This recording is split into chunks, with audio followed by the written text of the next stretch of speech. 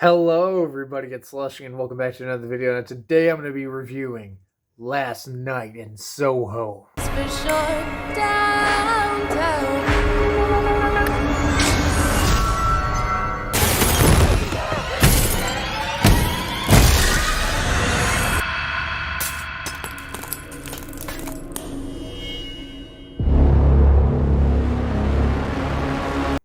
Okay, so the reason why it's taken me so long to get around to reviewing this movie is simply one reason is because I wanted to watch this with Babe for the first time. And let me just say, that never happened. I've been waiting so long to watch this movie, and it never happened. So finally, I just said, you know what? Fuck it. I'm watching it alone. As much as it hurts, I got to see it alone because I've been dying to see it.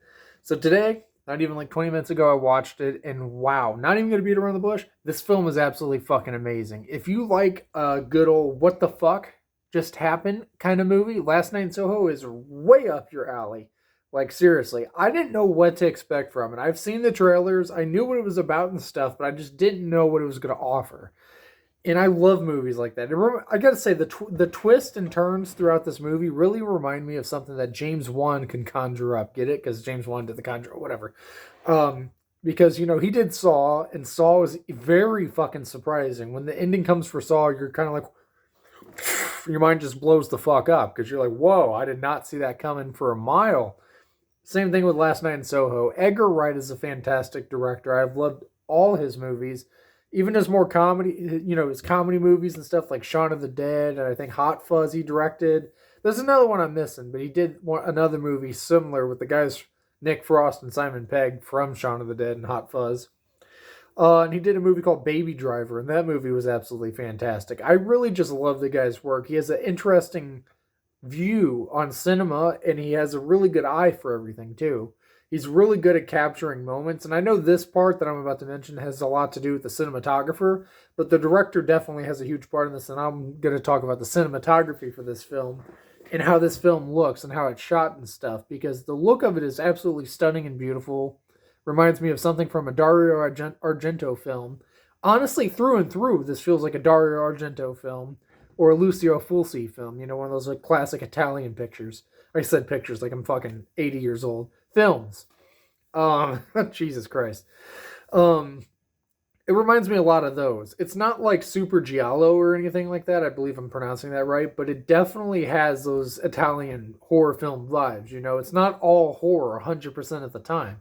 There's a lot more plot going on than what meets the eye. You're kind of like, oh, it's just going to be a horror film. It's just going to be freaky and scary and shit, into story, jump scares, all that bullshit. No, this film does not subvert. It does not follow those rules and regulations of a horror film, and it doesn't follow the tropes, like jump scares and all that other shit.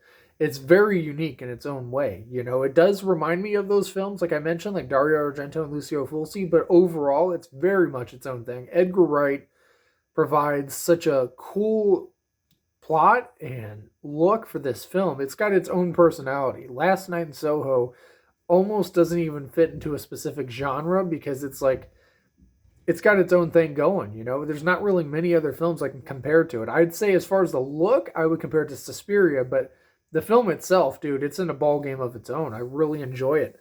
The soundtrack, by the way, I feel like I haven't mentioned that yet. That's the soundtrack for this movie. Slaps. Like, it's just fucking slaps. And I'm talking Will Smith and Chris Rock slaps, man. Seriously, okay, not serious about that. That's all, whatever, clusterfuck there. But this movie slaps, man. The soundtrack slaps. The acting in this film by Anya Taylor-Joy and Thomasin McKenzie. Wow. Like, I don't know any of the other actors in this film, but those two, wow. I mean, I've loved Anya for a long time. And Thomasin McKenzie, dude, I've really been into her lately, with Old. She did Old, and then she's done this. She's done a couple other films that I really love too, but these are her biggest ones, I'd say. Old, or at least her more recent, I really like her too. They're both very up and coming actresses. I'd say Anya is more like on the way up side because she's been doing it for. I mean, I think they've both been around for about the same time, but I feel like Anya's had more, bigger roles. I mean, hell, she's already been in a Marvel movie, so that's kind of a huge thing.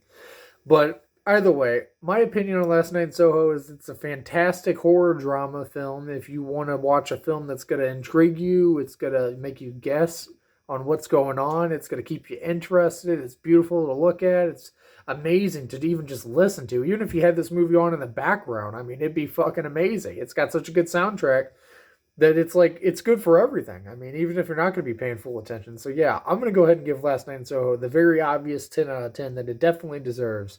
Edgar Wright, you've done it again. I do hope for more horror films. Like I don't know if you can do like some kind of like trilogy like you did with the Hot Fuzz and Shaun of the Dead movies, but I think you should definitely do something like that where you make movies like a horror trilogy of movies that aren't exactly connected, but they bring in some of the same people or something like that. I don't know how you could do that, but I think it would be awesome if it was in the same vein of Last Night in Soho. I think that would work. I don't want a sequel. This film definitely should be left as it is. I do not believe that they should ever make a sequel to this film. It's perfection. Like, don't even mess with it. I know everybody says that, but this is not the kind of film that warrants a sequel. Even with the ending of this film, it's not like something that should ever get a sequel to. But either way, if it does happen, whatever, I'll definitely watch it because I love this film. But yeah, thank you guys so much for watching my review on Last Night in Soho. Hope you guys enjoyed it. Let me know what your guys' thoughts are on this amazing film down below. Hit like if you enjoyed this. Subscribe if you're not already. Hit the bell to get notified anytime I make a video or stream. Keep up to date with the channels. There's some crazy going on. I'll see you guys in the next one. Ah, fuck.